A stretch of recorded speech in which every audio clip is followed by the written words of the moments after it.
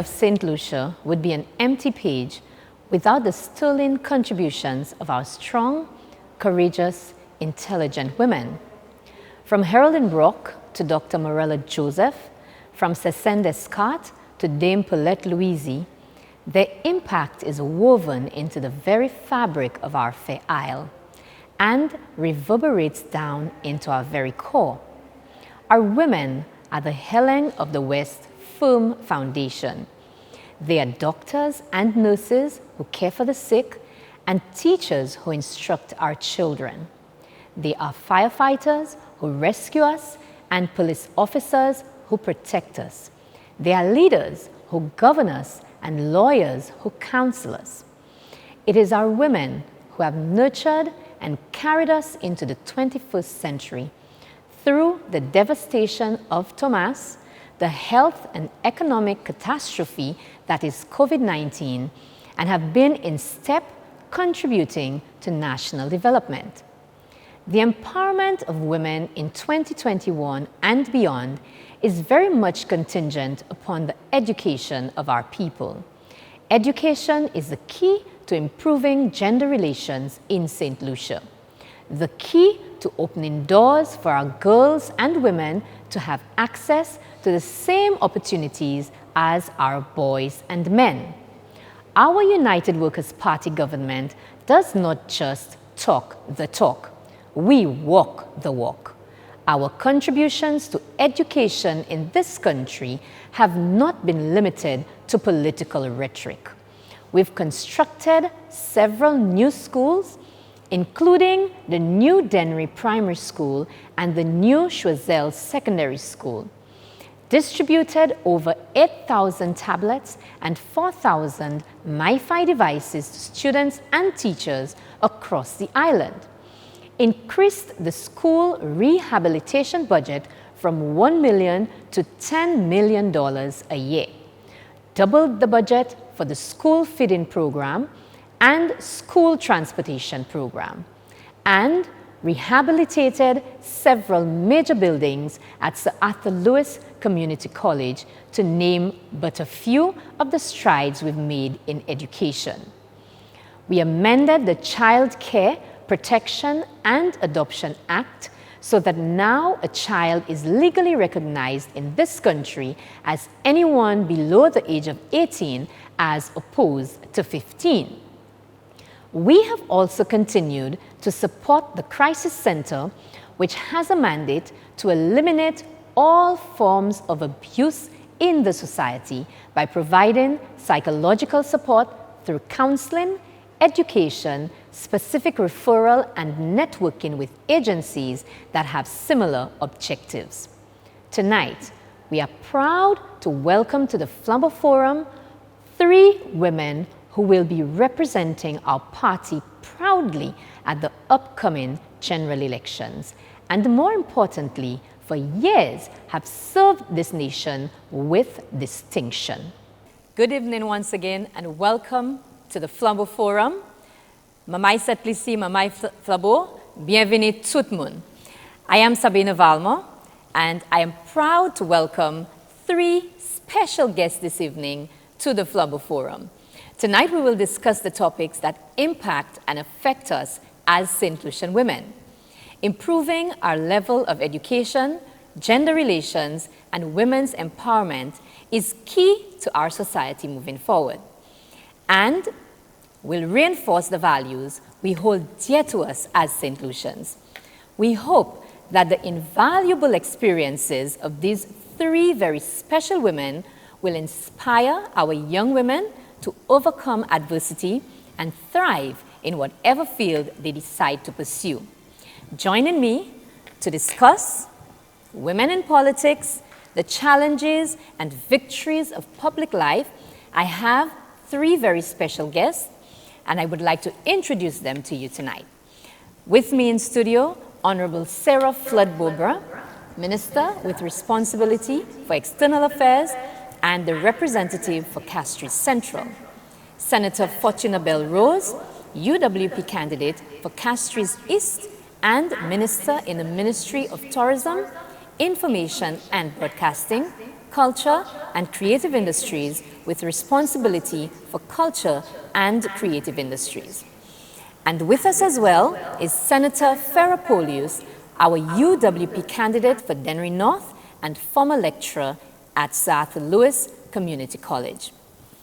Welcome to the first segment where we will be discussing the personal journey into public life for our three ladies.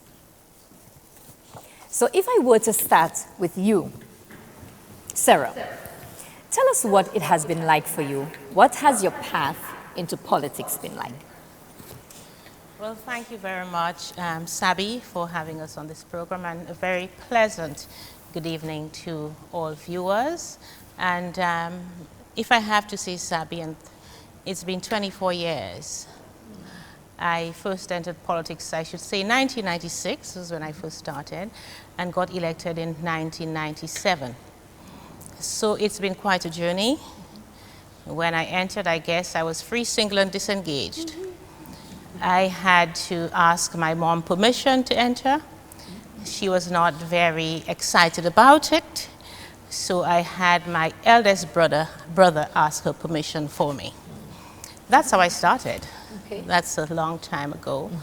I'm a mom myself now. My eldest daughter is 20 years, wow. My eldest child, and our son is turning 18. So that's a long road. Yeah. And there's a lot to tell. I hope I can get to do some of that on this program, but it's been very, very rewarding and inspiring. I have to thank the people of Castries Central. Politics has been my life. I still ask myself, how did I enter? And if I were asked that question, I'd still say I'm still wondering myself. But it has been very, very fulfilling, and I really, really owe a debt of gratitude to the people of Castries Central for giving me the opportunity to serve them, and I've found much fulfillment in that myself. Thank you so much. Thank you so much, Sarah. Fortuna, tell us about your path. Oh, my path. Yeah, the path is an interesting one even for me. You know, as you know, I was an athlete and very physically active, and actually got into government as a youth and sports officer. And of course, I worked through that system, right. And of course, ultimately left as a permanent secretary within the system. And so I want to believe that the opportunity came, you know, when the people came asking me to get involved. But importantly, I think in terms of the preparation along that path, you know, was of course through the experience that I'd gained working within the government system, and of course being a past national athlete and experiencing, you know, what people experience, you know, in this country as they aspire to become the best that they can be. Right. And so I think when I got the call from the community of Castries East, you know, it was easy to respond. Easy to respond because I felt I had the competencies and what it took to get there. Yeah. But importantly, of course, I also have my family commitments, and of course, trying to marry the two of them and getting that approval, you know, was a little troublesome, you know, because I think my husband was a bit wary of me getting into the politics, to the extent that he actually abstained from talking to me for a few weeks, if I may say so. But I think once he saw, you know, what it was, and he understood the reasoning, you understand, for going in to relieve the people, to liberate the people, you understand, from the plight that they're in. I think he embraced it. And so that's why I'm here today. It's all about a call from the people and an individual being ready, you understand, to take on that challenge. Yes, okay. And for you, Phera, I'm certain that your path will be a different story. So far, we've heard two very different stories about how each of our ladies, you know, entered into this political arena. What about you? Well, unlike my two colleagues, I am a new kid on the political block, you could say that. But politics for me is about service. And my journey into public life started through my involvement in the church, the Catholic Church. This is where I received my call to serve.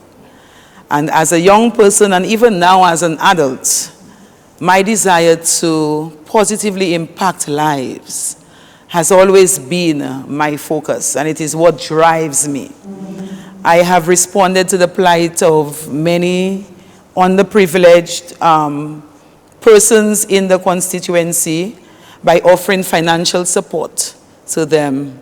You know, so my salary, when I received a long time ago, more than 2-3 decades ago, I would give some support to those families, particularly single parents, who experienced much economic hardship at the time. I was very sensitive to their plight and the issues, because I too grew up in a family where my parents found it extremely difficult to sustain the family and to, you know, to put food on the table. So extending that support to the less fortunate families, particularly, as I said, the single parents, that was rewarding. And I felt fulfilled knowing that I was actually making a difference in the lives of those persons, bringing them some form of comfort, relief, whether that was temporary or long-term. And, you know, in addition to that, I have served in many different capacities in the community in Dennery North. I served on several community groups and projects. I represented my community in netball and public speaking. In 2002, I represented primary school teachers from the English-speaking Caribbean at the official launch of the Caribbean Center of Excellence for Teacher Training in Jamaica. In my professional capacity as an educator, in collaboration with some of my former colleagues, I facilitated quite a few workshops for teachers as part of their continuous professional development. So I strongly believe that my acts of philanthropy and my decades of service to community have actually paved the way for me to be the aspiring politician that I am today. And so far, the experience has been quite illuminating. And as I said before, that driving force has been to impact lives, and this is what gets me going. So I am ready to serve. I will continue to serve my constituents. Thank you. Thank you so much, Phera. What we are seeing is 3 very different stories about how each of our ladies made it here, but with one single purpose, and that is to impact lives. Yes. Now, that leads us to a question which is always on the mind of especially females when you think about politics, that a lot of times when as a woman you are trying to do something, there's always some barrier that you're going to face. What do the 3 of you think about that? Whether there actually are barriers to enter in politics for women? Well, certainly there are, but I think if we keep thinking about them, it will deter us from doing what we have to do. And certainly for me, if there are barriers, or if I perceive there are barriers, there's always something very deep down inside of me that makes me, if I'm convinced of something and I need to get it done, it's important to get it done. Perceiving a barrier, especially if I see that it's an obstacle that someone purposely places there, or one that is unfair, one that shouldn't be there, that gives me the drive to ensure that I overcome it.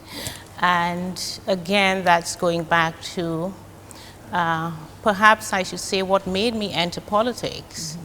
The fact that there is so much to be done, and women and men think differently. Yes, absolutely. We are both certainly important in terms of development of a country, but we look at things in a different way, and the balance is needed. Yes. That is why it's so important for the leadership of a country to mirror the country itself, because the same problem is perceived in different ways, it's approached in different ways, just as in the family where you have the mother and the father.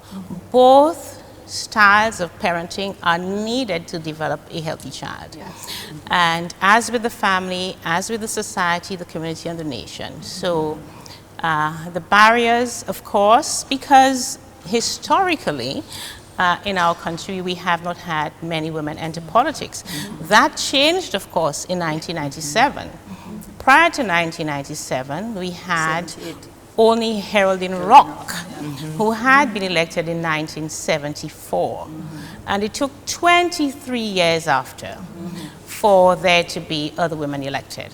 And then, of course, that sort of broke a ceiling, really, and we're here today. So obstacles can be there, barriers can be there. Perhaps we will never remove all of them, but let's view them as a reason to continue working even harder. Absolutely. This is my take on it. What's your take on that, Fortuna? No, I think my colleague summed it up beautifully. And for me, I don't see barriers. You know, I see the barriers as challenges, you know, to keep you going, you know. And so getting involved in the politics, it's about getting involved in the leadership, you know, and trying to change things in your community. And so obviously there will be challenges and hurdles, but I think it's about your own preparation and readiness, you understand, for what is before you, so that you can make that difference. So I take my colleague's point very well, but ensuring too that, you know, before you can break those barriers, you too must be ready, you understand, for the challenge that these barriers will pose. Right. And it's that ability to break through that, Right. you understand, that really continues to give you the impetus to move on, which is what my colleague cited earlier, Sarah cited earlier. Right, right. Yes. So I don't see barriers at all. You know, I see challenges that create opportunities for growth and development and becoming better. So we have, as is the case within our United Workers' Party, Yes. women who are solution oriented. So Absolutely. we see something that looks like a problem, We go after it. we go after it and Yes. we find a solution. Absolutely. What is your take on that, Phera? I just want to echo the very same sentiments expressed by my colleagues. However, for some, the barrier might be it's self-perception, okay? Many times women are told, you know, that they are not suited for politics. And we've seen the many inroads that women have actually made in the political arena across the globe. They have been doing very well in the decision making, you know, sitting with their counterparts to actually make decisions regarding governance and taking on certain leadership roles. So women have actually been successful. What I think is the obstacle or the impeding factor is the perception that many have of women. And sometimes it is how the woman feels about herself. Society sees you in a particular way that you cannot achieve. This is not for you. Politics is not for the woman. And politics is not for the good guy. And this is something that we need to be able to change over the years.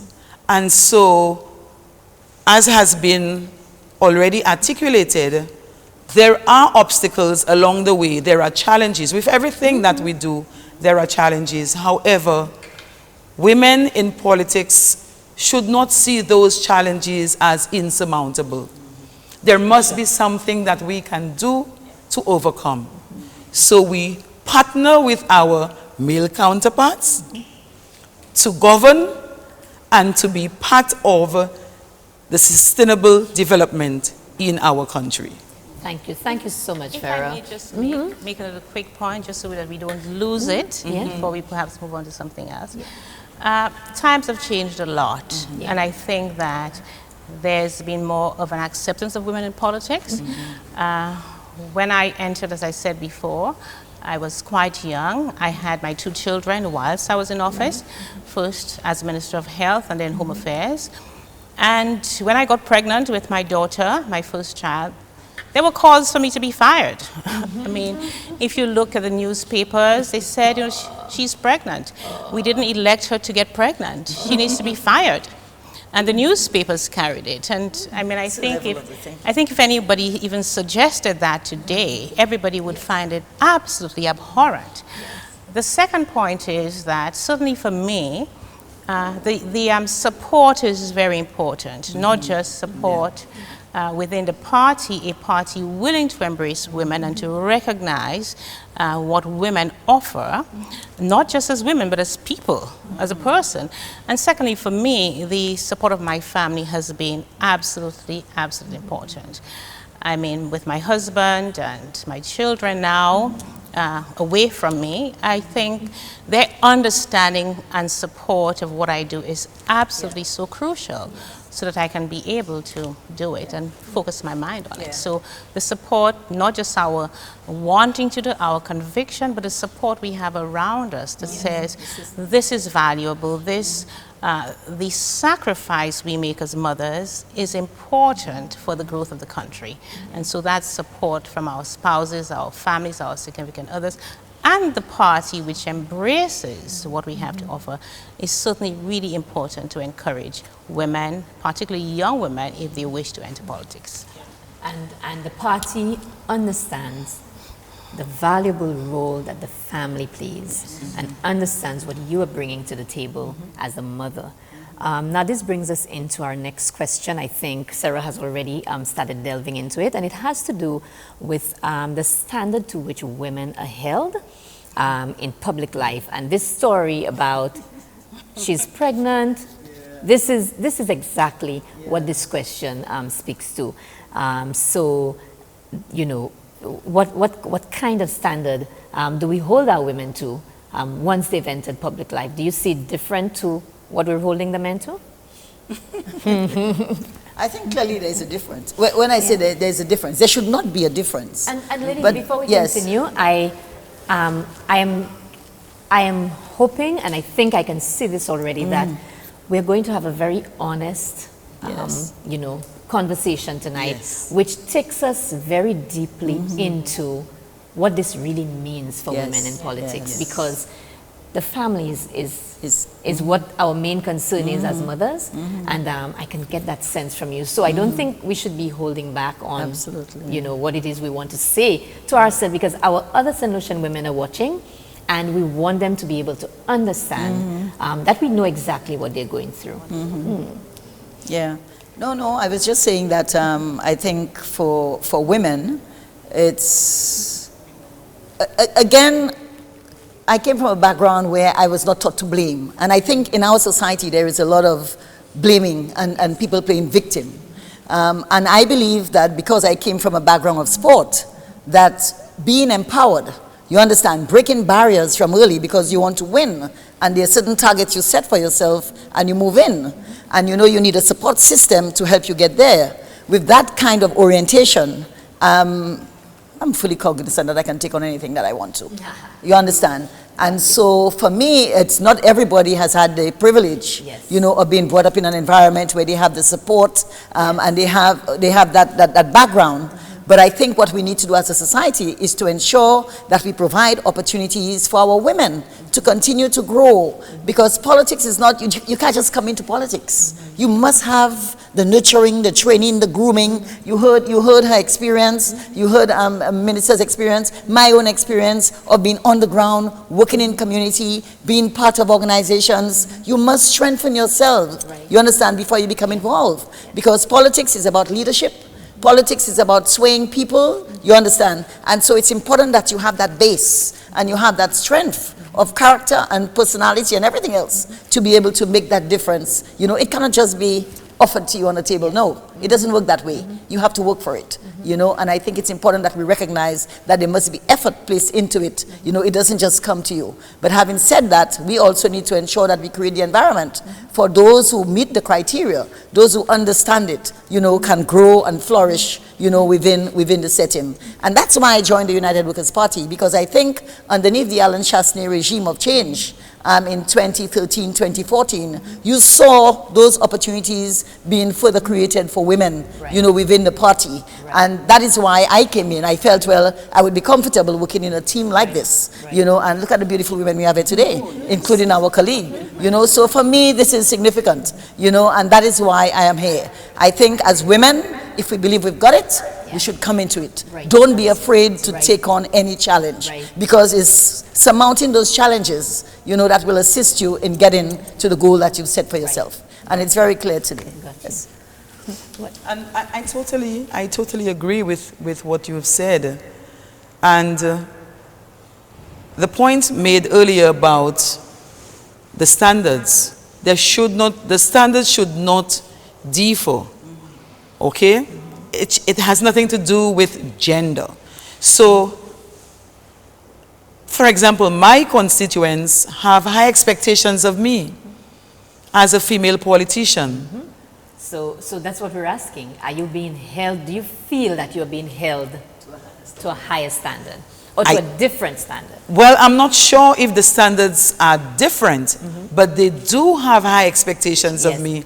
They expect me to serve. They expect me to honor my word and to continue to be the sort of woman and leader that I have always been in the constituency. So they don't expect anything different. Yes. I also think that in addition to what Fortuna and Phera said, in terms of perhaps not a standard but an expectation, they expect women to empathize and understand. Yes. People expect a woman to understand what a woman is going through.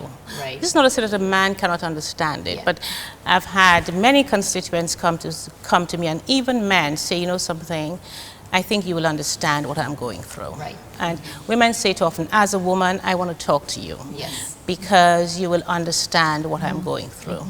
And I think this is certainly in my journey what continues to inspire me. I mean, I had 2 calls this morning. I woke up to 2 things this morning that reminded me of what a woman brings into politics and the expectation that persons have of us in terms of understanding. A constituent messaged me very early this morning after 3 o'clock because she knew that I was up at that time. She says, Mrs. Beaubrun, I see you online. I am messaging because I know I can ask you that. I have nothing to send my children to school this morning, and they will stay home today if I don't have money. Right away, my heart went out because I wouldn't want my child to stay home from school. And I said, I will get this to you before 6 o'clock this morning. And I changed my routine for the morning and I went and drove down because it would have been on my mind all day if that child stayed home from school. Because it was her child, but I viewed it as my child. And that's what mothers do. I mean, mothers are mothers of everybody. We're not mothers just of the children we bore or we carried. We are mothers of every child. And so we are mothers of our country. And when we sit in the cabinet room, when we're in Parliament and we read of a story, it tugs at our heart. It's not just something on paper. It's a real person out there with a real problem. And certainly for me, my programs, what we've started in the constituency, everything has come out of a story, a real problem that someone faces. It's something that a solution needs to be found for. If the solution doesn't exist, it needs to be created because women look at things in a very meticulous way. You know, you're combing a child's hair, you'll make sure the part is done absolutely straight. Until you get it straight, you're not going to let her go to school like that. The ribbon must be straight. So, you know, there's a certain finer touch that we bring to bear on the work we do, and that goes for governance as well. And there is the expectation that women will do that. Yes. All right. So in addition to representing the constituents, voicing their concerns, they expect us as women to care for them. Yes, And to absolutely. show them that they are valued. Absolutely. And that they're important. And it's worth the time to invest in them. Not just on election day. Or, you know, when it is time for election. But the constituents expect us as women to be a lot more empathetic, nurturing, you know, and caring. Absolutely. Yes. I'm so very happy this evening because we are getting this very honest vibe, very honest heart to heart about what it really means to be a woman in politics in St. Lucia. And this takes me to a very sensitive issue, and that is the issue of mudslinging in politics. We know it is a part of politics all over the world. But for the three of you, has there ever been a time when you've been the subject of personal attacks just because you're a woman in politics? I don't know. I don't know what you consider personal attacks. Well, you know, sometimes people would single you out, attack maybe your character, something you did or something you said, and it gets very nasty, especially with social media, especially with how free people feel they are to say anything while we're going through the political season, what we call the silly season in St. Lucia. Well, again, the environment I came from, I always know that the power is in your response. So if you assess the situation and see that it's not worth the salt, you know, then you choose to ignore it. But if you choose to add fire to it, then that's a choice you made, and you have to live with the consequences of that, you know. But yeah, the power of the response, I think, is key. And in the politics, I think I've learned that it's more than ever, it's how you choose to respond to the situation that confronts you. You understand that matters most, you know, in dealing with your constituents. And of course, in dealing with the political environment, you know, that you're in. So mudslinging is something we know that has always been in politics in St. Lucia. It will always be there. I think, again, you just need to be well armed, you know, with the skills, the competence, the capabilities, and be ready for the battle, you know, when it comes. But you just need to know how to respond and how to conduct yourself. You understand, within the scheme of things, to be able to sail through in the way that you know you can. That's again my background. I can't think to anything else. I'm very happy. Yes, I'll tell you this, and I'm sure if we had a little more time and we went around the table, we would get the same kind of feedback. But you see, what's important is that this elevates the conversation. This elevates the political discourse that, you know, takes place coming from this side, coming from this United Workers' Party. If I may just a quick response. And speaking personally, I have to say I've never paid any attention to it. I've never engaged it. It has never bothered me. If I know I've done something wrong, then I want to address it.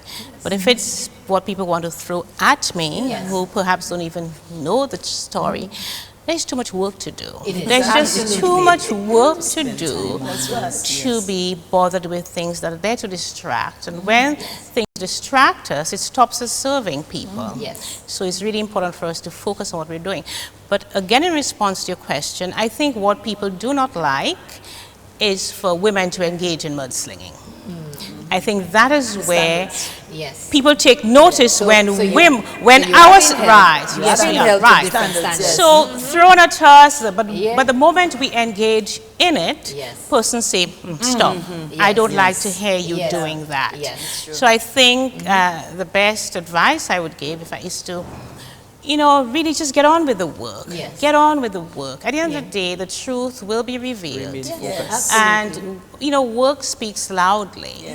You know, and the people who benefit and who, when the country moves forward, everybody sees it. And then there's the next story of it just goes on. I think the problem is when we engage in it, people don't like that. They don't like to see. It never stops. It never stops. But thank you so much, ladies. I think we've had a very, very easy start to our conversation tonight. We're due for a break. Don't go anywhere. We'll be right back.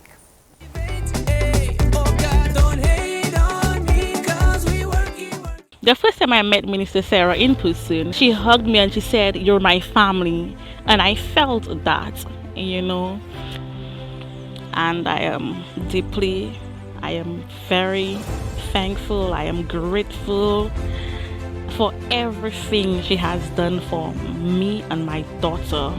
I couldn't have done it without her help, and I couldn't have done it without God. And God sent Minister Phera in our life because he knew I would be so lost if not for the help that he sent our way. He provided for us. So I just want to say a big thank you, and I will always remember all the things she has done for me and my daughter. You don't get many people like her.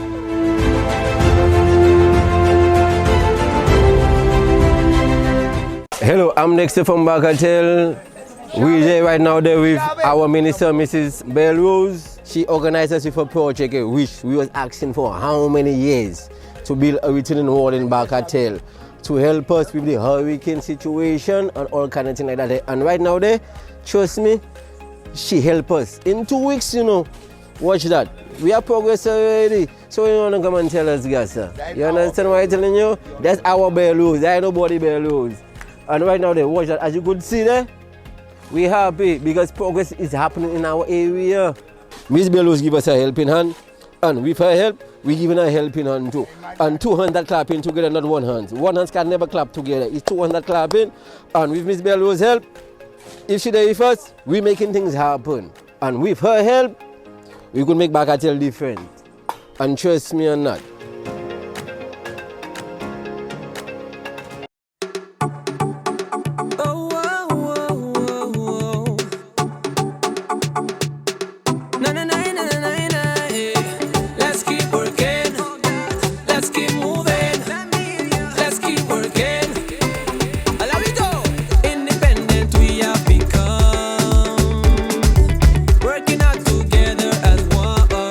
Welcome back, everyone, and thank you so much for staying with the Flambeau Forum.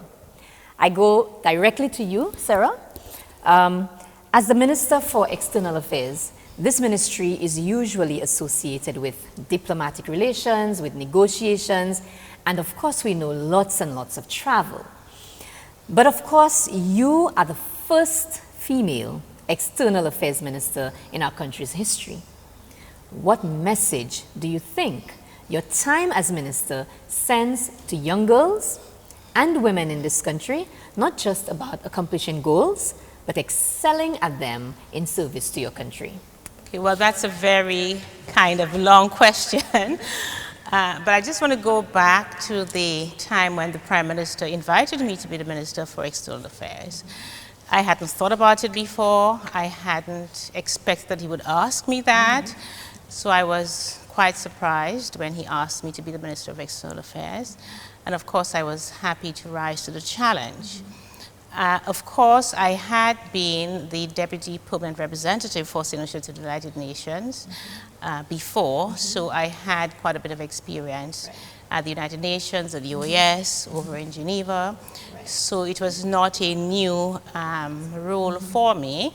And of course, I had held 2 ministries before, namely Health, Human Services, Family Affairs and Gender Relations, and then Home Affairs and Gender Relations. And so I was very excited about the challenge and saw it as a great opportunity. And in terms of being a woman and being the first Minister for External Affairs, External Affairs is as very much suited to a woman as it is to a man, as is, I would say, almost any ministry. But what I realized, or in my experience, I've realized that External Affairs is as much about human relations as it is about foreign relations. Because what we're doing is building relationships. And at the end of the day, we're building relationships with people. we often think of it as building relationships with countries, which is what it is. But if a country is not inhabited by people, we wouldn't have diplomatic relations. We wouldn't even call it a country. We just call it a piece of land. So at the end of the day, the same attributes, the same characteristics that we bring to bear on our relationships is essentially what it is. You would have seen, for example, last week, the inroad we made with the Leahy Law and the United States.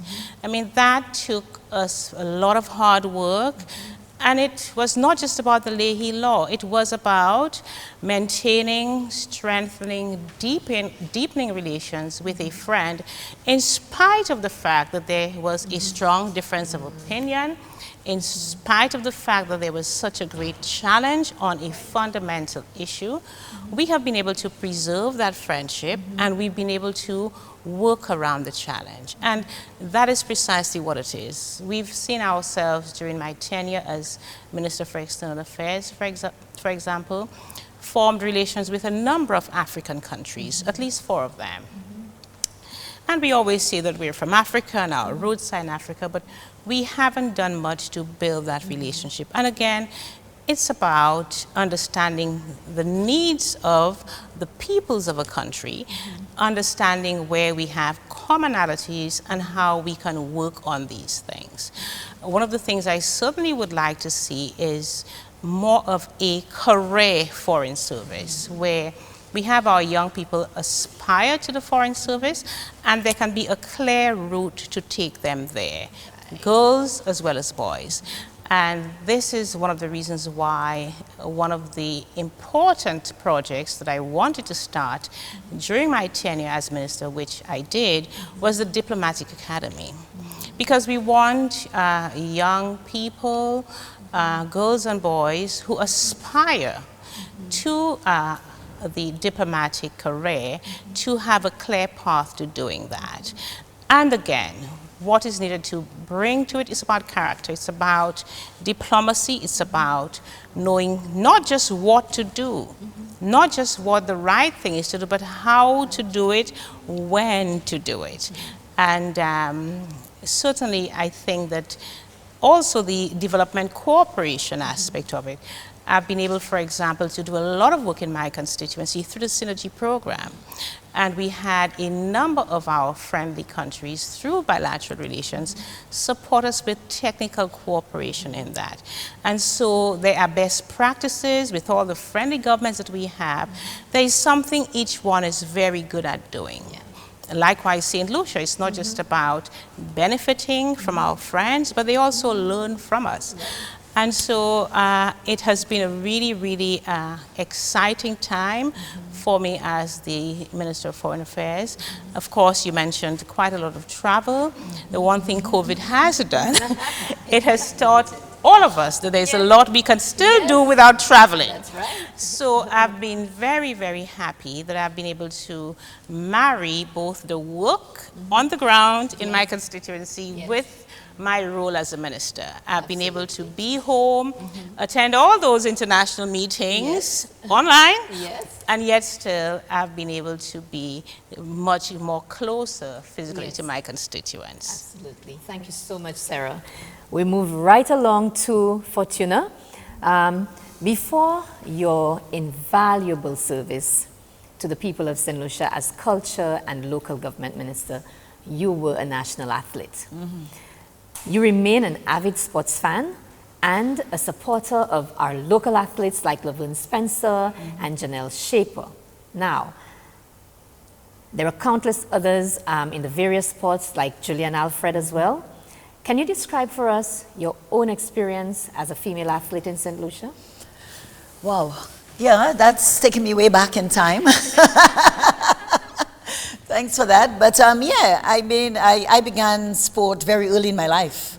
I always say, because I had my brothers and they played sport. The Minder Phillip Park was in our backyard.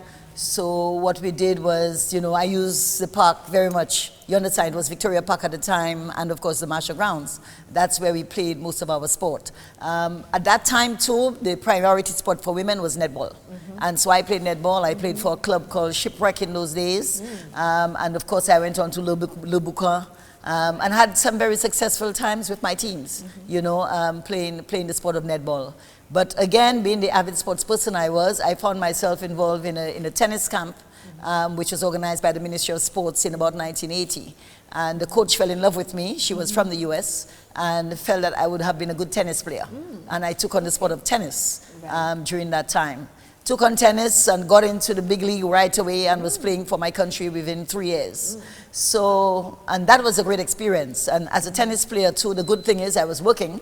And you know, at that time, tennis was supposed to be a bourgeois sport. Right. So you needed to have the money. I didn't have money. I was just an ordinary St. Lucian. But fortunately for me, I was working at the time. And so I was able to provide for myself in terms of paying my travel, airfare, you know, and contributing to accommodation, because that's how the tennis world did it. People were able to pay, the Jane Doublets and, you know, all of those persons involved in tennis in those years were able to pay their way. And the association was built on persons who had the capacity to be able to do. It's not like now everybody's begging, but people were able to raise their own revenue, own monies, you understand, to go out and represent the country.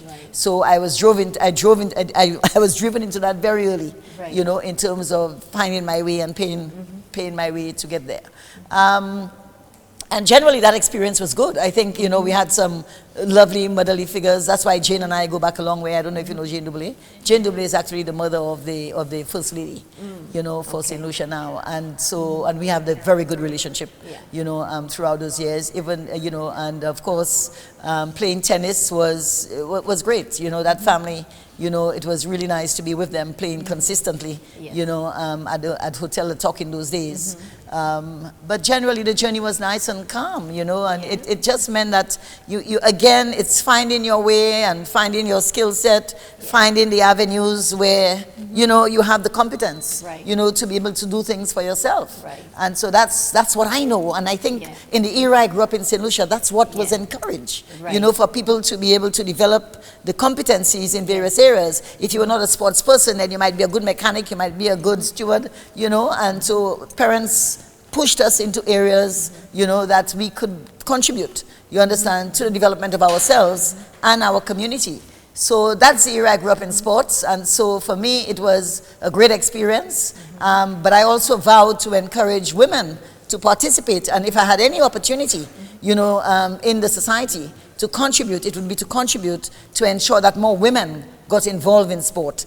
And I was fortunate to land the right job, you know, within the Department of Sports in 1981 as a youth and sports officer. And I think every female sportswoman in St. Lucia would probably recall me, you know, from then on, working in sport, helping them along the way. And I guess we can talk about that later on, because I notice you have some questions there for me around that line. But generally the experience was good. It was a joy, always a pleasure. What I love about sports is the fact that it teaches you to be bold, to be assertive, to be confident, you understand, and to just play your game. And if you don't play your game and you play the opposition game, you're dead. You understand? So we need to know these things. And so I think I'm coming into the politics understanding what gameplay is all about. And so for me, I think that's what I see, and that's why I believe I'm ready for the fight. Thank you. I'm very happy to hear that. Play your game, do not play the opposition's game. No. Don't play the opposition's game. We're moving right along to Phera. Now, Phera, earlier you mentioned how the role of the people of Dennery North, the role that they have played in your decision to enter active politics. You are the first female candidate for a major political party for the Dennery North seat. Are you confident? Now, you realize my question is a little different to what I've asked my two other guests because, of course, because you're a newcomer. Are you confident of becoming the first female MP for Dennery North? Just before I answer this question, I just want to clarify. I'm not the first female to enter active politics in Dennery North. Oh, no? No. As I think it was in 1982 when Frances contested the seats on a PLP ticket, Progressive Labour Party, yes. However, I am the first female to contest a UWP seat, first female in Dennery North. Okay. So absolutely, I am confident about becoming the first female MP for Dennery North. That is the aim. It's the mission that we are on, and I have no doubt that with the support of the constituents, we will become victorious. Thank you, absolutely. And that's the energy That's we correct. need to bring to the fight. Absolutely. We are going to become victorious because Fortuna has told us, don't play the opposition game. We're not playing the Play opposition your game. That's Never play correct. that Play your game. Yes. Now, if we have to move along to Sarah, earlier we were speaking about the anti-Sarah versus Sarah, and your constituents, you're affectionately known as anti-Sarah in your constituency. What sort of juggling act has it been? Balancing between your responsibilities as MP, and you alluded to a little bit of that a while ago. COVID has made it a little easier for you, but tell us a little about what it's been like trying to balance your responsibilities as an MP and as a minister. Okay, as I said before, the journey has been, how should I say, it's been a long journey. And things have changed along the way, dynamics have changed, times have changed. We live in an age of social media where things are very different. COVID, you mentioned, quite different. When I entered, it was Auntie Sarah. And the little ones who call me Auntie Sarah now are big people. They call me boss lady, you know. They have children now who are coming to me. So things are very different. In terms of juggling the role as MP and minister, people want to have personal conversations with the MP. And when I go to my constituency office, usually on a Thursday, we leave there sometimes at about 9 o'clock. Wow. And my policy is to see everyone who wishes to see me. Right. And sometimes it has gone into 10 o'clock and I come out and I say, well, you know, it's almost 10 o'clock. Is there anybody here who came here for jobs? Perhaps I can let you see my assistant. And everybody just sits there. You know, people want a one-on-one, face-to-face conversation with the MP. And of course, persons don't really understand perhaps how much ministers have to do. Persons don't always understand that, okay, I need a job, but there's the paperwork that needs to happen. And it's a constant reminding. The fact that something is delayed doesn't mean it's denied. I'm working on it for you. I am there doing it for you. My phone number is public, has always been. And to be honest, I'm wondering whether it will be so the next time, because everybody needs to get you. And if everybody is trying to get you at the same time, it means you can't answer all the calls. But what I understand is that people want to know that they are loved. They want to know they are understood. They want to know that they are valued.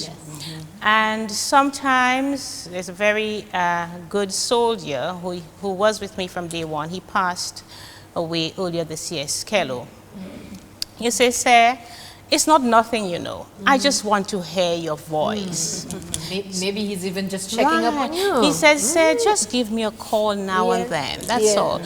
So, I mean, people want MPs. They don't really want ministers. To be honest, I mean, we have to run the country in order to create employment, in order to assist with housing, in order to assist with the laptops. But at the end of the day, they want to know that Sarah is there, Sarah cares. We know you have your job as a minister, but I want to know that I can reach you. So there is that great demand, and it is always a challenge. It's always a struggle, because in as much as you want to reach everybody in record time, you're one person. So, but what I have found is that people are upset, they're angry with you, but once they see you, they're happy. So very often I get messages, oh, someone's angry. But when I go, I don't see the anger, because they're happy that they've seen me. You're there. And this is what gives me the encouragement, to be honest. You fight for people because you know it's important to them.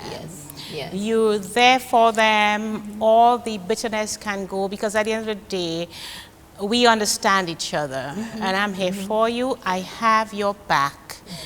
if you don't hear me right away, it's because I'm silently working for you. That's right. This is the message I want to keep conveying to my constituents. Yes. If I'm quiet, it's because I'm so deep down, buried hard, working, trying to do what you would like me to do. Yes. Because you want to see me, but I want to make sure that I come through for you. So it's a hard juggle. It's something that we will always have to strive with. Because we've got to run the country so that the constituencies can move forward. Yes, for sure. Right, so I embrace it. You know, it's what makes all this worth doing because it matters to people. Thank you. Thank you so much, Sarah. Thank you. Fortuna, you described for us what it was like for you as a young athlete. I would like you to share a little on how you see women's athletics has progressed from your time until now. Yes, in the early years, thanks for that question. In the early years, like I said, we predominantly had netball and track and field, perhaps some table tennis and volleyball towards the later end. But when we got into the Ministry of Sports, the Department of Sports was created in 1981. Or 80 thereabout. And so within that department, what we were able to do, I was the only female officer at the time, there was one other male. What we sought to do was to ensure that we provide support, you know, to ensure the spread of sport across the country. And so what we saw was the growth of a number of organizations. So we were able to work with the women cricketers to ensure that they had their own cricket association to cater, you understand, for women. We were able to strengthen the support to the Netball Association to ensure that more women got involved in sport. And we were able to ensure the development of the women volleyball, you know, using some of the key leaders, you know, within the sport to promote women's involvement in sport. So by about 1987 to 1990, we began seeing a lot more women participating in sport, you know, across the country. And then, of course, I also found myself within the Olympic Committee, which also provided a lot of opportunities for women as well, because the world was changing. And the Olympic Committee, International Olympic Committee, ensured that at least 20% of the membership of any of the organizations had women, was women. And so fortunately for me, being one of a few sports administrators, I got the opportunity to be involved in that movement. And so we continued the work. And so when outstanding athletes like Laverne came through, we had a lot of work to do in terms of putting the systems, the structure, to ensure that these athletes benefited, you understand, from the programs that were available globally. And so I think there's a lot more support for women in sport now. I remember also serving as the president of Netball Association for 5 years, during which time we transformed the sport. And of course, during that time too, St. Lucia was able to achieve the milestone of coming second to Jamaica. Jamaica, the powerful Jamaican team, you know, they were terrified of St. Lucia that year, you know, but they still beat us anyway. But I'm saying to you, we were able to really do that. And when you do things like that in sports, with sports, it boosts the confidence of our young ladies. It gives them that you know, the impetus, you know, to go on. And what we also found was that some of our women who had gotten so assertive and built their confidence began to have problems in their relationships with the men. So we now had to focus on helping them adjust, because now they were more confident, they were more open, they were more prepared for the world. You understand? It meant that this little guy who was with them, who felt he was in command, was now losing this lady because she was now more in command of herself. So we had to do some relationship building and working with them, you understand, to ensure that we strengthen that. And when we call our national teams, we also had to call the national boyfriends and husbands and have the engagements as well, you know, with them to ensure that the system was working for her, because she had to go out to represent our country. So there's a lot of work that has gone on, and we're quite happy to see what has, you know, it'll be great to get some testimonials. In fact, we're actually working on a documentary now to bring out some of those women so they can tell those stories, you know, to the nation. Because as you know, people learn by seeing the role models and hearing the stories of others. So that's where we are at this point in time. This is your support to revamp netball in Denver. No. Absolutely We have to true. do that, exactly. Absolutely amazing. What we are hearing from you, Fortuna, is that things have changed dramatically from what it was when you were involved in sports to now. So we have a lot more women involved in every sport across the board. And even only yesterday we launched our Women's Commission within the the Olympic Committee. And that Women's Commission has a lot of work to do insofar as carrying the stories of the women, encouraging them, and creating an environment where more women, you understand, can feel comfortable coming to discuss their stories and, you know, looking for support. And all of this helps us a lot in nation building. We see, you know, the fruit of the women's labor. When they've come back from competing on the international scene, we see a different type of woman from that person, that young girl who left our shores. It's all about empowering women. Absolutely. You know? Absolutely. I will move right along to you, Phera, and I want to move a little away from sports for now, and we want to speak about education for a little while. Now, the family literacy program, which is very near and dear to your heart, Phera, tell us more about this vital program and what your role was in its implementation. Okay, so this is a program that, as you said, is quite dear to my heart. It is my brainchild because I developed it as part of my, or as a follow-up to my undergrad study or dissertation. As an educator, having taught for 16 years at the Dene Riviere Combined School, I realized that there were many parents who did not play their part in the children's education. And I wanted to find out why. Whether they were just disinterested or they just did not know. So I did my empirical investigation, and I found out that there are many parents who did not value education simply because they either did not go to school themselves or they dropped out of school. They thought that it was the teacher's responsibility to instruct their children, and it was their primary responsibility to provide the food and the school implements, right? There are those who saw the value of education. They wanted to make a difference in their children's academic performance, but they just did not know how to do that. So I didn't want the findings of my study just to be on a shelf somewhere. I was compelled to do something for them, to assist and to give back to the school community. So I submitted a proposal to UNESCO seeking funding. That's after I had developed it. I looked at various family literacy programs across the globe, and I put mine together.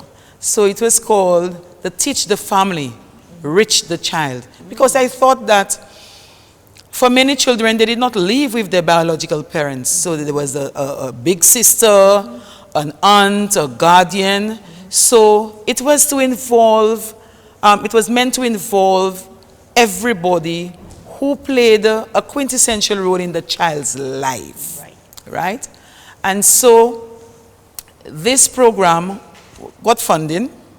I was very happy when, you know, UNESCO called me and told me that I was going to get some funding. I was able to procure some of the materials that we needed, put a team together, and the demand for participation in that program was so high. I just had to say, you know what, parents, we are not able to accommodate so many of you. So I focused on parents who had children in kindergarten to grade 2. So both parents and the children, or the guardian and the children, formed part of the program. So that was implemented in 2008, 2009. And based on the evaluation and based on the feedback that I received from the parents, they were a lot more empowered. They were equipped with some of the tools to support the children academically. Now, you know what is so amazing about this? The very same children who participated in that program over 10 years ago will be voting this election. They are voting this election. Some of them don't remember because they were, you know, they were 5 and 6 and 7. Some of them don't remember. But the parents remind them that, hey, this was the lady, you know, who did the program and we were part of it. If you forget, we went to the school many times during the week and, you know, she read with us, taught us how to do, to actually create so many different games to support you with your homework and things of that sort. I have spoken with a few. They are going to be voting for me, and I'm happy about that. You're playing your game. Yes. Not the opposition's game. That's right. But I had no idea that, you know, having responded to the parents' needs at the time, you know, would have actually translated in me asking for their support, and even the children asking for their support at election time. So this program has really played the role of changing the dynamics as far as how parents saw the education of the children in Dennery North. And it is a program that I want to replicate. Across the country. Yes. Well, I have to start. I have to start in Dennery North and extend it to other parts of the country. All right. Thank you so much, ladies. We're due for another break. Don't go anywhere. We'll be right back.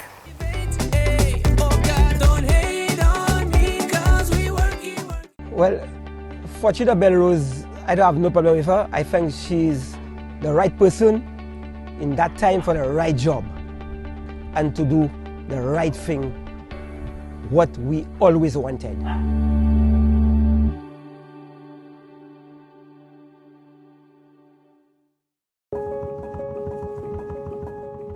What separates us is our ability to recognize your needs and to work towards addressing them. Providing opportunities, dreaming big, and delivering bigger. What separates us is passionate representation, meticulous guarding of our social and economic indicators, and working with and for you during the most trying time in recorded history. What separates us is a cabinet guided by God for the protection, progress, and prosperity of our St. Lucia. The United Workers' Party. Let's keep working.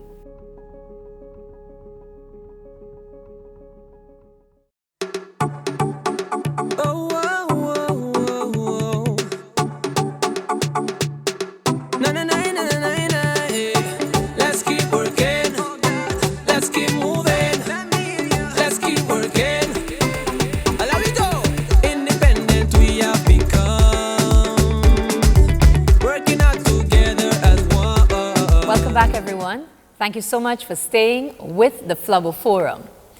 To continue our discussion, we go right back to Phera, who is going to be contesting in the next general elections for Dennery North. Now, Phera, this is your opportunity for you to tell us what some of your major plans are during your first term in office. Where there is no vision, the people perish. Absolutely. So we are quite familiar with this proverbial expression. I don't want to conclude that the people in Dennery North will perish, but the confusion, dissatisfaction, you know, when persons are not, they are disgruntled, that will continue when the leader comes without a vision. So part of our vision entails building a united and progressive Dennery North. Thank you, Phera. And it is all part and parcel of building a better St. Lucia. So in order for us to build a better St. Lucia, we must build a better Dennery North, a better Micoud North, a better, you know, Castries Central and so on. So to do that, there are various projects, there are plans. Some of them long-term, some short-term. I believe as a leader, I've been a leader for so many years, that the most important resource of any, well, we know of any country and of any constituency is the people. And if they don't feel empowered, they don't feel valued, they don't feel that they have what it takes to make a difference in their lives, then they will not go forward. They will not fulfill their dreams. And so one of the very first plans that I would want to implement and during the first term is to launch an empowerment program for adults and youth. It's called EP. And this program is one that is multifaceted, as it will focus on developing the individual, the constituent, and every single one, you know, not just those who are of voting age, from children, a child, the toddler, the child, the school age child, the young people, the adults, the elderly, every single one is going to be engaged, because our vision speaks to inclusivity. We're not leaving anyone out. Regardless of the age, gender, political affiliation, everybody needs to be engaged in order to achieve or to realize this vision. And so the program will continue to promote individuals' sense of self-worth. You know, changing mindsets, because there are many, particularly the young people, who believe that the future is doomed. Yeah.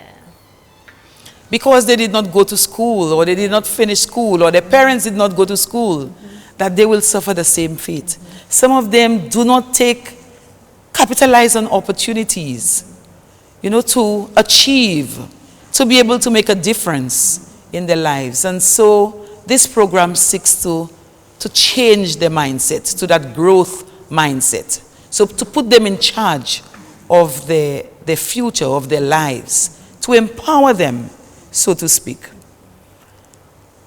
Another aspect or facet of that program will help to increase the skills of both adults and young people in decision making, conflict resolution.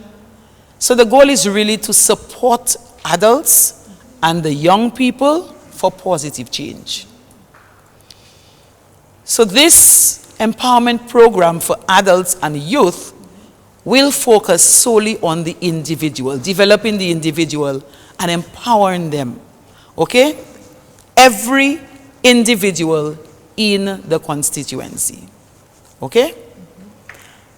The second plan is to construct a much needed early childhood development center to serve the community of Oleon, Despinoz, and the neighboring pocket communities. This center will help to respond to the increase in the high demand for early childhood services, such as the daycare, the preschool education, in an environment that is safer, that is child-friendly, and that is more conducive to learning. The structures that are currently being used in Oleon do not meet most of the requirements as outlined in the Early Childhood Education Code of Practice. Okay, so this is a community that has suffered over the years as it relates, and the early childhood practitioners keep talking about it, that this is something that they have been asking for so long, and I believe that the time is right for them to be assisted in that way.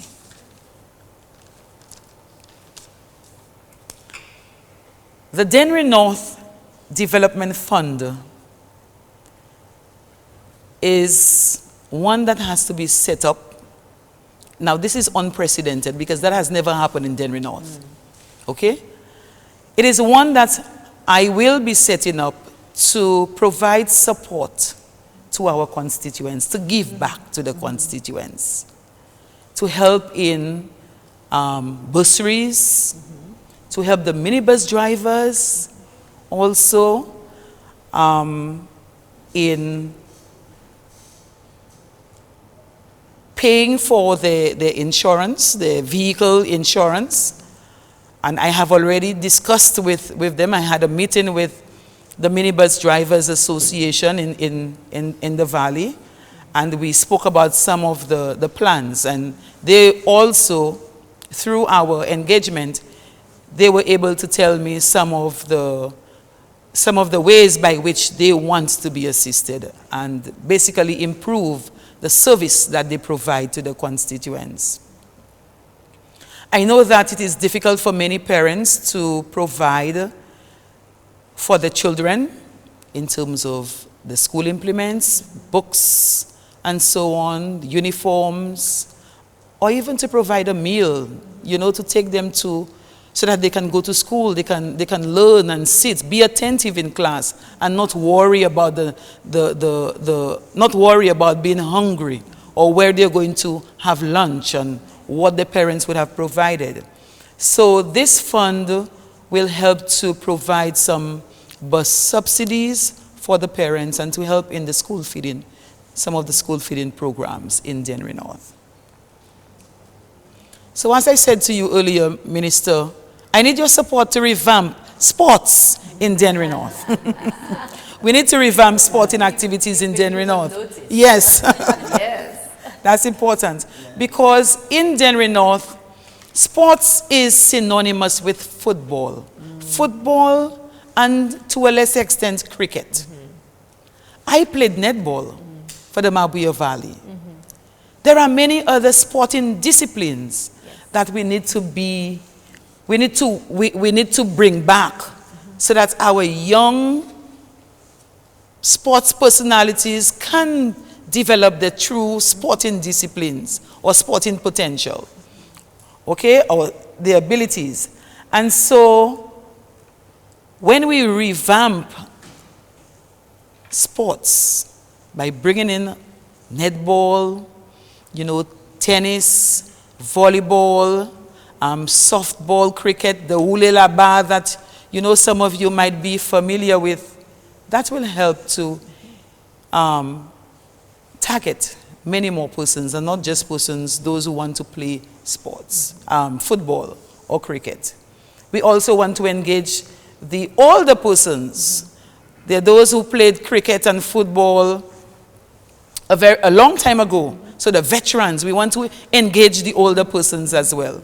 So it is one thing to have a sporting facility in Denry North and not have programs to encourage that engagement. Right. Okay? So the programs will form a critical part of that revamping.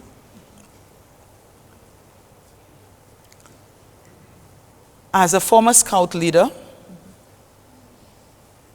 I believe that many of our children have too much time on their hands. Particularly when school is closed, they are idle. Yes. So one of the immediate plans would be to bring back those uniformed groups. Yes. I have spoken with quite a few scouts, and they are willing to help to bring back, to resuscitate these uniform groups. So the guide movement, scout movement, we want to do that. There are those who might be interested in playing pan. Yes. When there are no opportunities for children and the young people, or avenues for young people to come in and to be engaged, to make use of the time, meaningful use of the time, we know what happens. Yes. They engage in other things that are not contributing to the overall development. So these are the kinds of things that we want to do to engage the young people. in Denver North, there isn't a community library. There is need for that, and an ICT center. That community library will serve all the pocket communities in Denver North, as well as the schools. I know the schools have their own, libraries, but then that is not enough. When school is closed, what happens? So we need a place where that the children can go to, other persons in the constituency can go to, and even visitors can go to when they need certain services. Okay? Part of that plan would also involve an after-school program. Now, I remember being part of the council in 2017 when we developed an after-school program. And so the work has started. Yes. It is about putting the structures in place and ensuring that, we engage our young people even beyond the bell. Okay? I'm sure your constituents have taken, your soon-to-be constituents have taken note, and they're looking forward to the implementation of some of those plans. Yes. We are going to move over to you, Fortuna. And for you now, you are not a newcomer like Phera. You've been around. Yeah. You run the last elections. It has been 5 years with you being a senator and a member of cabinet. Mm-hmm. So the question I have for you is actually two parts. How have you changed the lives of the people of Castries East? And what are some of the plans that you're hoping to implement after you have won that constituency at the next general elections? Thank you very much, Sabi, for the questions. I think the interesting thing for me with the journey was that after the elections, the people kept coming. Yes. And so what it did for me was to force me, in a sense, you understand, to respond in the way that I should. And so immediately I sought to put structure, you understand, to what was happening with respect to the response of the people. So what we did was we established a day that was available to them. And so they would come every Wednesday, engaging, talking about their experiences, talking about their problems, and much of the stresses that Sarah has talked about. They cannot do this, they do not have the resources for this, And so we did that. And we had over 5,000 engagements in the last 5 years. You understand, with people from that constituency, who wanted to become a part and who were just keen on finding their way. And a lot of it, in terms of the experience I have to share, has been around family life, relationships, helping build relationships, helping young men find their way, helping young women find their way, helping families heal wounds, you understand, within. And interestingly, you also have a number of people who had capacity to do for themselves, but just needed that push, to move on. So what we did was we were able to work with them, and of course, to a large extent, found employment for some, helped some create and create their own employment. We were also able to influence some of the government programs within the constituency, because you have schools, you have community facilities. The important thing was there's also the elder care program, a great program, that was developed a few years ago. And so the elder care program is where we look out for the elderly, because some people are just not able to care for the elder parents. And so what we were able to do was to ensure that there was better leadership of that program and better structure and arrangements locally within that program. So we're quite happy with what we're seeing. We're quite happy with the response that we're getting from families. And of course, the service has been excellent, to date by the young ladies who provide, or women who provide the service. Hats off to the government with respect to that program. We also did, I have also done quite a bit of work around sponsorships of clubs, community personnel, facilitating the government bursary programming within the constituency. And when necessary, we've been able to assist in terms of building small drains and that sort of thing, within the system. A critical area for us too was the fact that we were able to assist in government short-term employment program. and to understand now that in terms of moving forward, there are some things that we really must do. Right. And one of the critical things we must do as part of the engagement process is to set up the structure that she was talking about. So we need to have, in much the same way that you have the Castries City Council, we need to have a council looking after the affairs of Castries East. Right. This is too loose as it is at the moment. So we need to have a council to be able to take care of some of the issues and concerns of the people. And with capable people in there who can respond in the right way, you know, to make it, make the services available as they should. In terms of the whole housing is a major issue in that constituency. And housing, land tenure, these are issues, and that's why for me, I cannot believe you've had a representation for 25 years in there, but still there is no structure around land tenure and housing for the marginalized people. I mean, that's a shocker.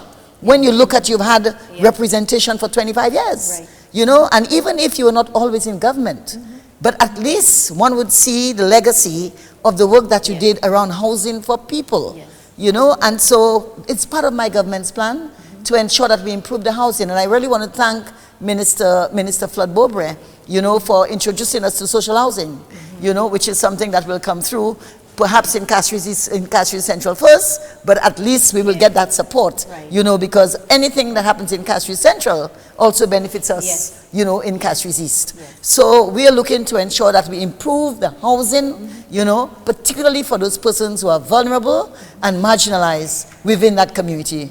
It's just too heartbreaking, heart-wrenching to go into these homes, you know, and then of course the whole question of the sewer system and toilets. You know, in a city of Castries in 2021, you know, we need to be able to address that in Castries East. The other critical thing for us, and which is not difficult, through the Village Tourism Project, we want to work on enhancing the outlook. You understand? The look and feel of the community. We want to be able to improve on that. You know, because when a place is clean, it's warm, it's fresh, it's inviting, everybody wants to come. Because we want to make this place the sporting and entertainment capital of St. Lucia. And so for us to do that, we must ensure that the place fits the bill, so that people like you would want to come and be relaxed and free, you understand, in our environment. So these are some of the things we want to do, and when as we continue to engage the people within the council setting, I think there's a lot more that we can achieve. The plans are very long, but I think what we want to do is ensure that we have the structure and have the engagement process, you understand, so that we can respond, you know, to the people in the way that we ought to. These are some of the plans that we have. But there are a lot more in terms of empowering people, ensuring that they have the skills, and building leadership capacity, boosting self-esteem through strong programs in sport, etc. And of course, importantly, taking care of those single mothers to ensure that they are able to go out and look for work once we empower them. So we also need to ensure that we have expansion in the services that we provide, you understand, for the preschoolers, you know, within the various centers in Pave, Bocage, you know, they've been asking, you know, for those kinds of services to be provided for them. So we'll be looking at all of this, but we need the people involved, we need the structure to embrace them, to have the discourse, to move forward. It's too loose, it's too individual. They will all come into me. And I think we need to ensure that we have a better structure where that can be delivered in much the same way that Sarah does that beautiful synergy program. I know. Well, I must say, Fortuna, if you are able to, you know, remedy the housing issues in your constituency, especially you know, all of the issues with the sewer systems, that will be a major achievement. Absolutely. And it will, because it directly improves the life, you know, of people. So I think that alone, if you are able to do that, is really going to make a big difference in the lives of the people of Castries. Yes, thank you. It will transform it. It will, absolutely. Absolutely. Absolutely. Thank you so much, You're welcome. Fortuna. Now we are moving over to Auntie Sarah, who, we don't know if she's still Auntie Sarah. Maybe it has graduated to something like Boss Lady Sarah. Boss Lady Sarah. The Synergy program is your brainchild. It was launched in 2018. And, you know, I remember the launching, the lovely purple that everybody was wearing. Was it lilac or purple or plum? Lilac, I think. Lilac. We have many different colors Well, now, but the base color is I lilac. remember that time. Yes. I remembered seeing Yes. that purple plum color. How has that program impacted the lives of your constituents in terms of, first of all, employment for your constituents, and secondly, in terms of the development of life skills for the people of Castries Central? Very good question. There's so much I could say about Synergy, but I know that time is limited. It goes by very quickly on a set like this. But I want to go back to when I was elected in 2016. Of course, my journey started way before, 1997. And at that time, I was very young. I had no experience in politics. I just jumped into the water and started to swim like a duck, literally. And, but one thing that, there are two stories I want to share that inspired my entering into politics back in 1997, and how that now has taken me to where we are with Synergy. I was a young lawyer in private practice. I had been called to the bar just about a year and a half before that. And there were two stories that inspired me and made me want to move from practicing law to shaping law and public policy. One of them was, I used to teach at the prisons, at Her Majesty's prisons. When I had some spare time from my chambers, I'd go across to the prisons, which was then on Bridge Street, and I would teach the prisoners, English mainly. And as I was leaving one time, I heard a call, "Miss, miss, miss." And I looked back and I saw a 16-year-old boy who was at Her Majesty's prisons just looking through the grill gate. So I went back and he said, "Miss, miss, I don't know when my case is, and I've been here for quite a while. Can you find out for me when my case is?" So I said, "Okay, I'll do that." So I went back to my chambers and did some research, and then I found out that the young boy had been there for almost a year or more, and he was literally forgotten in the system. So I went back and I inquired, and he was sharing a cell with about 10 men. And I mean, those cells were so small. I don't know if you've ever been to the old prison. You would not imagine. And there he was sharing the cell with those 10 men, and my heart bled. First of all, I asked myself, but how could a 16-year-old boy be at Her Majesty's prisons? I thought he would have to be at Mossad Boys Training Center. So to cut a long story short, I brought his mother to court, and he was, the case was dropped. And I haven't seen him since, to be honest, but I'm told he's a big man on the cruise ship. I see his mom and his sister. Maybe one day I will meet up with him. I still remember his face. I know exactly what his smile looks like. And I went back to my chambers, and I was very sad. I said to myself, how could a system be so bad that has a young boy in there and is forgotten in the system? And I'm just sitting here as a lawyer waiting to apply the law. The law should not allow that. That was one of the stories that really, really touched me. And there was another case where a lady came into my office and she said, "Look here, I can't remember whether she was married or not, but she says, my partner is beating me and I need to get him out of the house." I said, "Sure enough, we can apply for a protection order." I said, "But where will you sleep tonight?" I said, "If we file this tonight and it doesn't get served and he finds out, you will be in more danger. Where will you sleep?" She said, "Well, last night I slept on the square, so I suspect I'll sleep there tonight."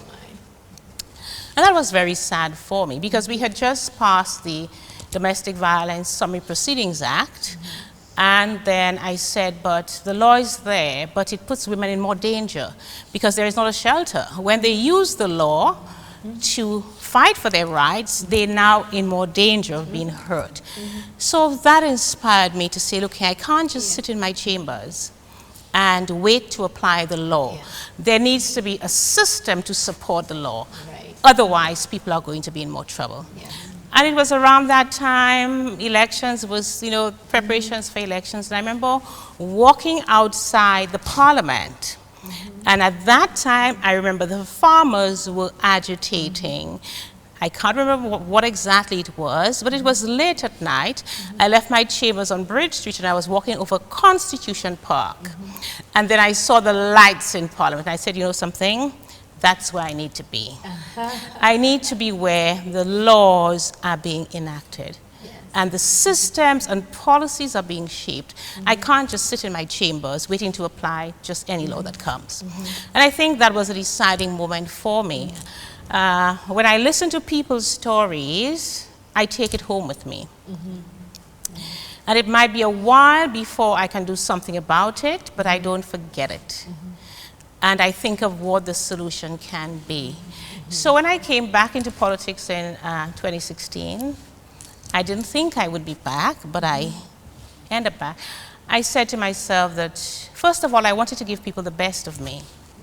That I'd been in this before, I'd had the experience of being a minister of government. I knew how the system worked. I had the experience of Castries Central, as I said. I mean, there are people who have children now. One of the persons who works in my constituency office used to come to my children's parties. Let's just put it that way.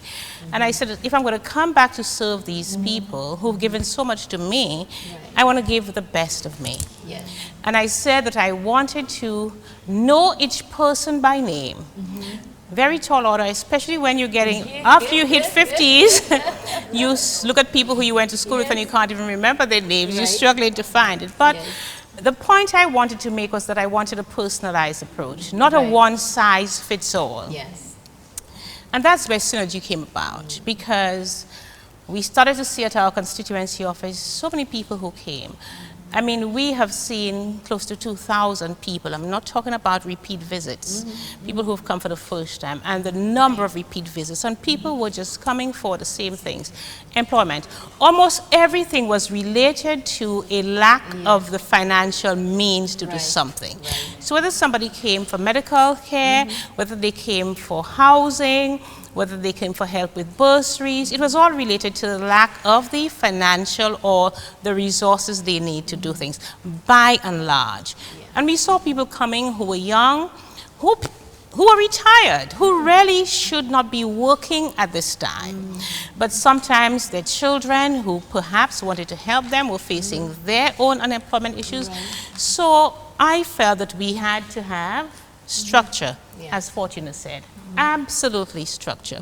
Because I kept seeing those people coming and coming and coming. And what were we offering them? So it was at that point I thought we really need to have a program that is going to train people, is going to prepare them for the workplace, is going to help them, if they are working, to have greater mobility, to improve their skills and have greater mobility in the workplace. But we also found that there were lots of people who were trained but didn't have the social skills. Also, many of our constituents were saying that when they applied for jobs, they didn't say they were from Wilton's Yard, or they didn't say they were from Fonigua, or they didn't say they were from Wapatat, because some employers perceived that if they came from these areas, perhaps they were not the best people to employ. I say no. Lots of our people who work with us are from Central Castries, and we have many great people with fine skills and attributes in our constituency. But sometimes the message gets disseminated differently. So we knew we had to have a program that would train people, would provide the life skills, but it also would act as a cover. So when employers knew, well, okay, this person is associated with this program, almost like, wow, this program is a program that I can depend on. And I mean, we've had Sandals calling us, do you have anybody? We've had people calling and say, do you have anybody that you can send to us? And that is the kind of structure we wanted to create. So, quite a mouthful, I've said a lot, but to say that we've created more than 20 programs. And what is our philosophy? What is our policy? First of all of our programs come out of a need that someone has. We don't just stay and create a program. Someone comes, they explain to us what the story is, and we try to find the best way of resolving it. And our principle is, if there's a program out there that we can direct you to that already exists, we will do it. If there's a program out there that can support you but needs some further strengthening, we will reach out and try to do that. If there is not a program out there to assist you, we will create one. And I have to say, before talking about our programs, just recently we created a new program called Synergy Care. Just to give you an example, how did it come about? There was a constituent of mine who, he himself is not very well. His mother had just passed. And even before his mother was buried, his only brother had a stroke. So there he was, himself not very well, had a death on his hands, his mother to bury, and his only brother suffered a stroke and needed help completely. And he called and said, I need help. And this person didn't have a home caregiver at the time. And we couldn't find one that could be assigned to him. We couldn't say we couldn't do anything. So we had to find the support structure that would provide him with that help. And so it so happened in our Synergy database, we have a whole list of persons who have already been trained as caregivers. We know who the student nurse aides are, so we quickly put a team together to provide support to him. And now that's how Synergy Care has started. So that what we have done is augment even the existing elder care program, not recreating it, but creating an enhanced version of it, because we have this constituent who needs care all round for the time being. So I just want to give an example, and every single one of our programs has started this way. And another program that we just started is called Synergy Systems, because with all the programs we have developed, we want to make sure we're developing best practice models, that when this person goes into someone's home, they're doing it in absolutely the best way. So we have Synergy Systems is making sure that all of the protocols, all the best practices, the procedures, the standards, the monitoring, the evaluation is happening right across the board, so that we're not only giving our people of Cashew Central the best there is to offer, but we're creating a prototype that can be replicated if necessary, not just in St. Lucia, but in the wider Caribbean, if be. So there are lots of other programs that I want to talk about. I don't know if I have the time. You will please guide me. I will just run through quickly if I can. Well, we are due for a break, but when we return, let's see if we have some more time, and we'll let Sarah tell us some more about her programs. Thank you so much. Thank you so much, ladies. This was, I'm sure the constituents have listened, and they have taken note of some of the things that you are planning to implement within your various constituencies. We're due for another break. Stay with us. We'll be right back.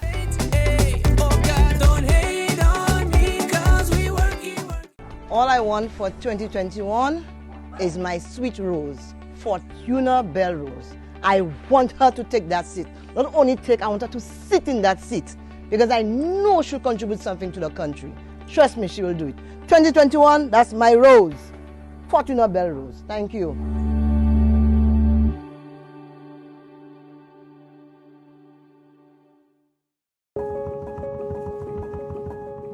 What separates us is our ability to recognize your needs and to work towards addressing them. Providing opportunities, dreaming big, and delivering bigger. What separates us is passionate representation, meticulous guarding of our social and economic indicators, and working with and for you during the most trying time in recorded history. What separates us is a cabinet guided by God for the protection, progress, and prosperity of our St. Lucia. The United Workers' Party. Let's keep working.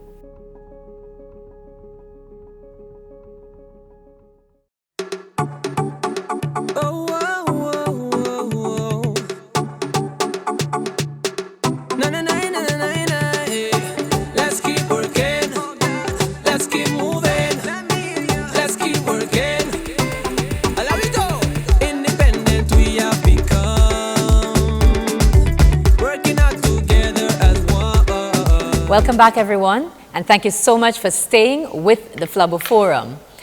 Before the break, we were speaking to Sarah about her Synergy program. We're going to go right back to that, and this time around, she's going to tell us some of the programs that make up the entire Synergy vibe in Castries Central. So what I will do, Sabi, is list the programs because I know the time is short, but I want to thank my constituents for embracing this program because, I mean, it is your stories.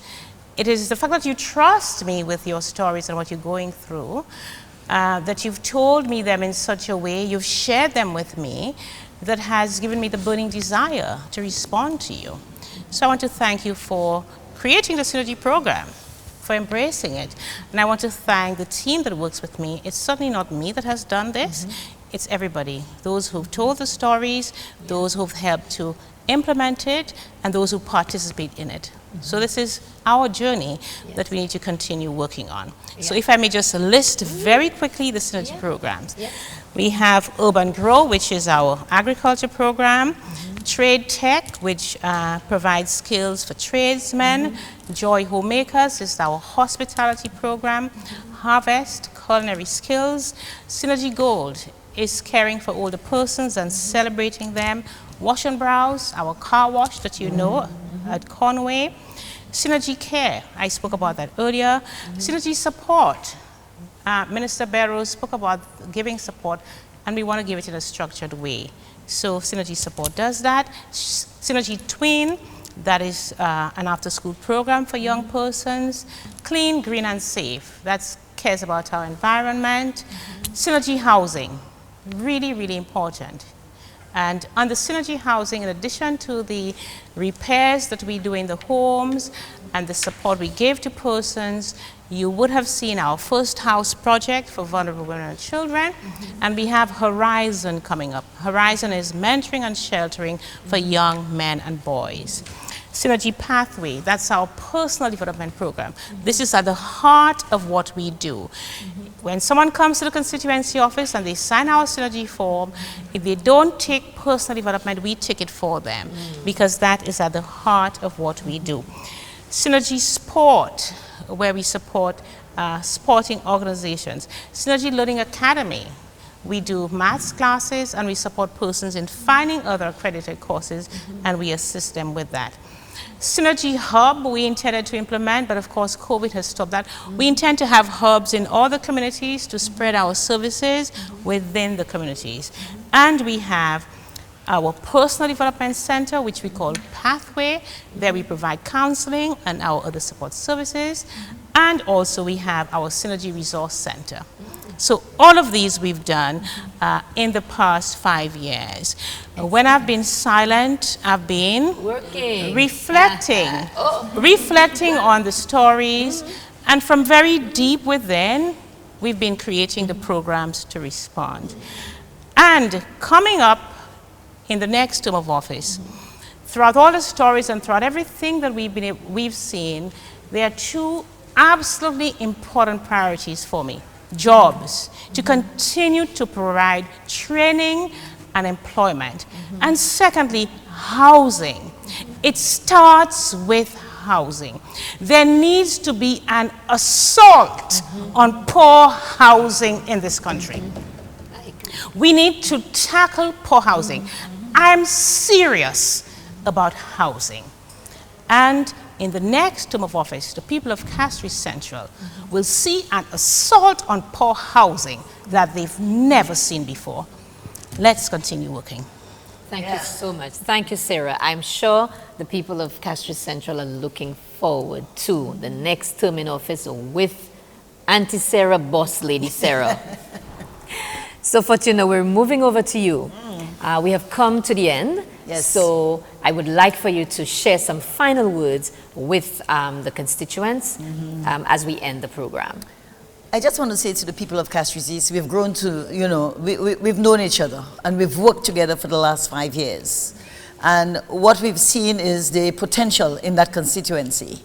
What we want to do is to be able to now implement a number of the initiatives that the community wants, community wants. I've heard your cries. We've represented the issues within the government system. We need now to work with you to make it happen for the constituency. The leadership of our country is not in question. We already have a leader who is committed to making the changes that we want. And so the onus is on us now, all of us, to come together to ensure that we put our hands in the mud, you understand, to make it happen for the constituency. Castries East has a tremendous amount of potential. Castries East is a hub. It used to be a hub, and it will continue to be a hub if we want it to be. And so I appeal to you to come out and give us that support in the next general elections. Vote Fortuna Belrose for progress and development of that constituency. Vote for the United Workers' Party, because it's the only government, from what we know, that makes transition or makes transformation or takes communities to a different level. This is the only government that does it. And Castries East is a reflection, you know, of the work that the UWP has done. We've seen it. And the work that has not happened, which should have happened, you know, in the last 25 years. So we need the constituents, and I need you to give me that chance. Give me that opportunity to work with you. Give me that opportunity to be able to represent you and to represent the needs, the aspirations of you, the people of that constituency. We have a golden opportunity to be able to make that transition because we have a very capable leader. All we ask is for the opportunity from you, the people, to make that happen. Thank you so much, Fortuna. Thank you for that. And for the people of Castries East, we are waiting for you to give Fortuna that opportunity. Phera, we're moving over to you. What are your final words for Dennery North? I noticed that there is a divide.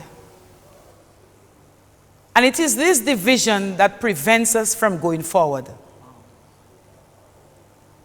It prevents us from achieving as a constituency, from attaining progress. You need a leader who is committed to bringing the people of Dennery North together. You need a leader who will unite the people and not divide them. Since my endorsement as the United Workers' Party candidate for Dennery North,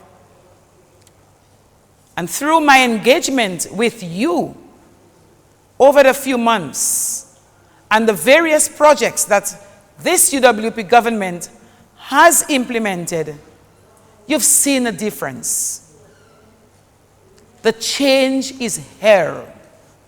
You need to be part of that change. So I want to encourage all of you and also thank you, the various teams that I have been working with.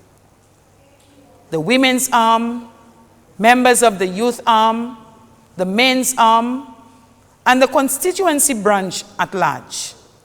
And all those who have offered their support, their words of encouragement, those who pray tirelessly every day, and they meet me and they tell me, I want to thank you because I know that we have what it takes to be victorious in the upcoming election. I want to say to you, the people of Dennery North, for too long you have been suffering, too long you have been victimized under an SLP representative. This must stop, and the time is now. We need to embrace a leader who cares about you, a leader who values you, and a leader who will listen to your needs and attends to your needs. So on election day, don't be afraid. March down to the polling division like soldiers and vote for therapy, for unity and progress. Fantastic. Fantastic. Thank you so much, Phera. Vote for therapy, for unity, and for progress. We are going to end our forum tonight with Boss Lady Sarah, who's going to give some final words to her constituents of Castries Central. The people of Cashew Central have journeyed with me, and if I were to speak about my life, they would have such a prominent place in my life. The people of Cashew Central, you are my family. I really want to thank you for the opportunity that you have given me to serve you. But the work, although we've done a lot, must continue. It needs to continue. The United Workers' Party has proven, under our able leader, who has steered our ship in such turbulent times, we have faced what we can liken to the Third World War with the COVID pandemic. And the true test of leadership is not in good times, it's in hard times. And the hard times that we are in are unprecedented. And this is not about trying a thing. It is about recognizing that in these turbulent waters, the ship has been steered. The captain is focused. The captain has his handle on the wheel, and he's in control of that ship. People of Cashew Central, now is not the time to change. Now is the time to give the United Workers' Party a mandate, a new mandate, a fresh mandate, a mandate to continue the work that is ongoing. I am so proud to serve under such a leader. I'm so proud to serve within a party that doesn't just tokenize women in politics. I'm so proud to serve in a party that really values each and every citizen and each and every person's contribution. In a party that acknowledges the dignity of the human person and looks after each and every person. And that is what I want to offer, again, in offering myself to serve as your candidate, as your MP in the next general election. Our party is strong, our party is committed, we've proven it. But we need to win each and every seat. And like in all elections, Cashew Central needs to come home first. Normally, when we count those boxes, we are first to be declared victory. And I ask you to let's do that again. Let's create history again. We've done it many times. This will be my 4th general election, and I've only ever done it with you. I look forward to your support, and I pledge my commitment. I would like to continue the work that we have been doing. I wish to serve you. It is an honor for me to do it. And I ask you to please give me another opportunity. Let's keep working. Let's do it together. I thank you. Thank you. Thank you so much, Boss Lady Sarah. For me, I am so very proud to have been part of this discussion tonight. Inspirational is the word that comes to mind. It is the only word that describes the testimonies of these great women. 3 unflappable pillars of confidence who light the flame of women's empowerment in this country, blazing the trail for young girls and women up and down our great nation and beyond. It shows the depth of talent in the UWP. The UWP truly represents the women of our country. Thank you so much, everyone, for joining the Flambeau Forum tonight. We appreciate your presence, and we would like to remind you to follow us on all social media handles, the United Workers' Party on Facebook, our website for more information, www.uwp.stlucia.com. Once again, thank you everyone, and have a good night.